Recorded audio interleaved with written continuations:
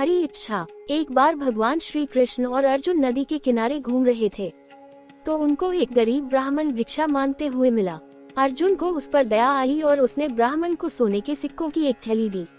अर्जुन ने कहा कि पंडित जी, अब जीवन भर आपको भिक्षा नहीं मांगनी नहीं पड़ेगी। पंडित जी अर्जुन का शुक्रिया करके और श्री कृष्ण को प्रणाम करके जा रहे थे। रास्ते में एक लुटेरा उनकी सिक्कों की थैली लेकर भाग जाता है।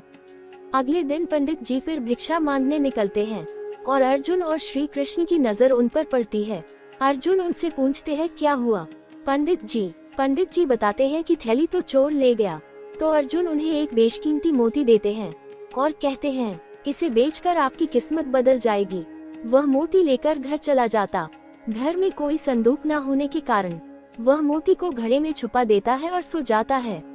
उसकी बदकिस्मती की उसकी पत्नी रोज जिस घड़े में पानी लाती थी वह टूट जाता है और वह वही पुराना घड़ा लेकर नदी पर गई और पानी भरते वक्त मोती नदी में गिर गया। जब पंडित जी सोकर उठते हैं तो पत्नी से घड़े के बारे में पूछते हैं और बताते हैं कि उस घड़े में एक बेशकीमती मोती था, लेकिन वह मोती अब नदी में गिर चुका था।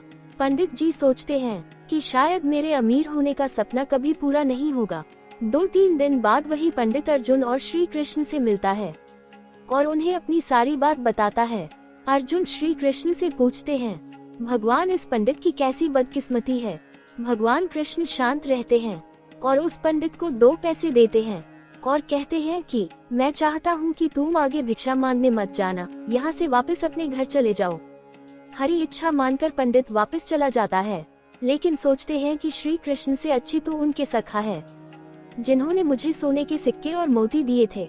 पंडित जी जब नदी के पास जाते हैं तो देखते हैं कि एक मछुआरे ने छोटी सी मछली पकड़ी है जो बहुत तड़प रही है। उसे उस मछली पर तरस आता है और वह मछुआरे को 2 पैसे देकर उससे मछली ले लेता है और उसे अपने कमंडल में डाल देता है। वह देखता है कि जो मोती उसे अर्जुन ने दिया था उसे मछली कमंडल में उगल देती है। ये देखकर वह जोर जोर से चिल्लाने लगता है, मिल गया, मिल गया।